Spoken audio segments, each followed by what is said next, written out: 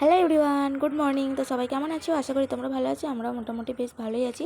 তো দেখো আজকের ব্লগটা এখান থেকে শুরু করলাম। তো দেখো এখন আমি তুলছি হচ্ছে এটাকে বলে হিঞ্চের শাক। আর হচ্ছে আমাদের বাড়ির পাশেতেই হচ্ছে একটা ছোট্ট জায়গা ছিল জমি মতো, তো ওইখানে জল জমে বর্ষার। আর এরকম হচ্ছে শাকগুলো হয়। আর হচ্ছে কলমি শাক, তারপরে হিঞ্চে, তারপরে সজনে শাক, আরও অনেক কিছু হয়। এগুলো যাদের গ্রামের সাইডে বাড়ি তারাই জানবে। আর এগুলো হয় এরকম। আর তো দেখো এগুলো ভালো, এগুলো হচ্ছে খারাপ না, এগুলো সবাই তুলে নিয়ে যায়। তাই দেখো আমাকেও মা পাঠালো আজকে এগুলো মানে তুলে নেওয়ার জন্য। এগুলো আজকে রান্না করবে মা। আর তো এগুলো জানি না, চলো। তো যাই হোক, চলো ব্লগটা আমার দেখতে থাকো, আশা করি তোমাদের ভালো লাগবে।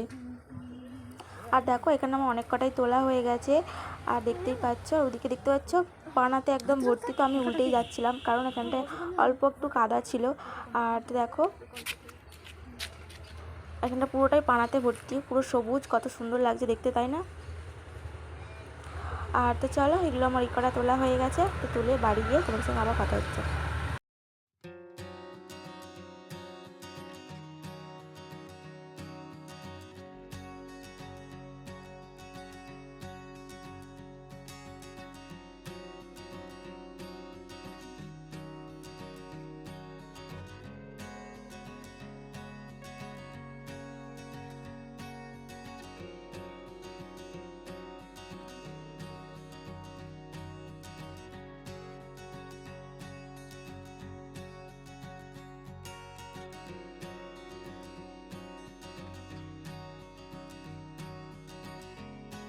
আমি এখন হচ্ছে একটা পাটালি খাচ্ছি, বাদাম পাটালি।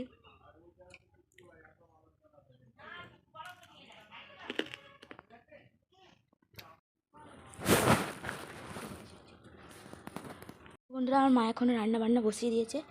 আর ওই যে যে হিঞ্চেগুলো তুলেছিলাম, তো দেখো ওগুলো এখন বেসন দিয়ে মা মাখাবে, মাখিয়ে ভাজবে।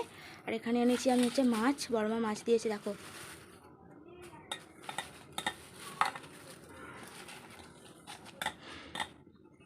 কিছু বলো।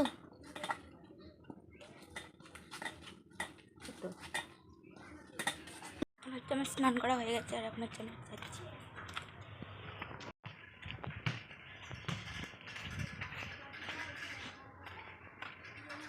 দেখো বড় মাদের হচ্ছে বাড়ি হচ্ছিল, চলে আসছি। তো দেখো এখন আমি মাসি বাড়ি চলে আসছি। আর মাসি কি করছে? আর মাসি এখন দুপুরবেলা রুটি বানাচ্ছে। রান্না হয়ে গেছে, হ্যাঁ সরি, পরোটা বানাচ্ছে এখন। আর আমার মা এখন বেলে দিচ্ছে, দেখতে পাচ্ছ।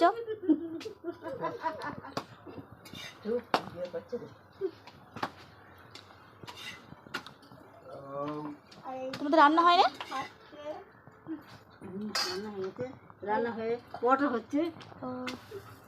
রান্না করে ফেলেছে তো আমার মাসি, রান্না করে ফেলেছে, রান্না করে তো তারপরে পরোটা বানাচ্ছে। আর এখন দেখো, এখন হচ্ছে আমিও একটু পরোটাগুলো ভেজে দিচ্ছি মাসির। তো দেখো এখানে অনেকগুলো হয়ে গেছে, মাসি অনেকগুলো পরোটা করে ফেলেছিলো। তারপরে দেখো আমি করছিলাম, তো মাসি তো বললো আমি খাবো, তাহলে তুই কর। তাই জন্য দেখো আমি এখন বানাচ্ছিলাম পরোটা। তো দেখো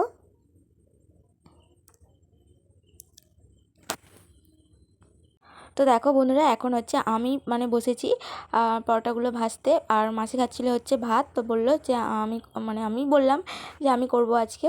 তো দেখো, আর হচ্ছে এতক্ষণ মাসি করছিল, তো একটুকু ধোঁয়া হয়নি উনুনটার, মানে মাসি সুন্দর করে মানে উনানে মানে জাল দিয়ে উনানে কাঠি দিয়ে দিয়ে রান্না করছিল। আর আমি দেখো অতটা পারছিলাম না, ধোঁয়া হয়ে যাচ্ছিলো।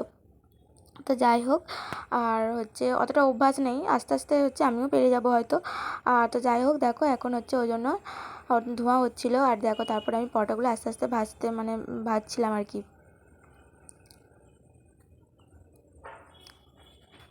আসলে কি বলো তো, এমনি হচ্ছে গ্যাসে করলে তো কোনো অসুবিধাই হয় না, গ্যাসে করলে তো অসুবিধাই হতো না। আর যেহেতু হচ্ছে ওই জন্য মানে উনানে করতে হচ্ছে, আর হচ্ছে ওই জন্য দেখো ধোঁয়া হয়ে যাচ্ছে বারবার।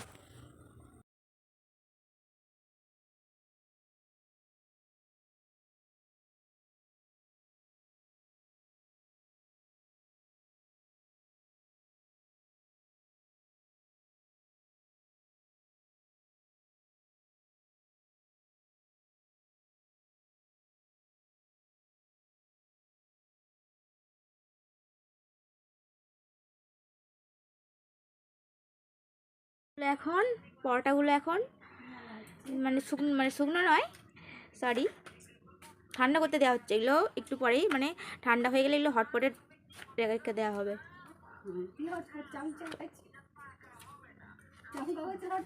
হ্যাঁ, হটপটে রেখে দেওয়া হবে, সেই রাত্রে একদম খাওয়া হবে।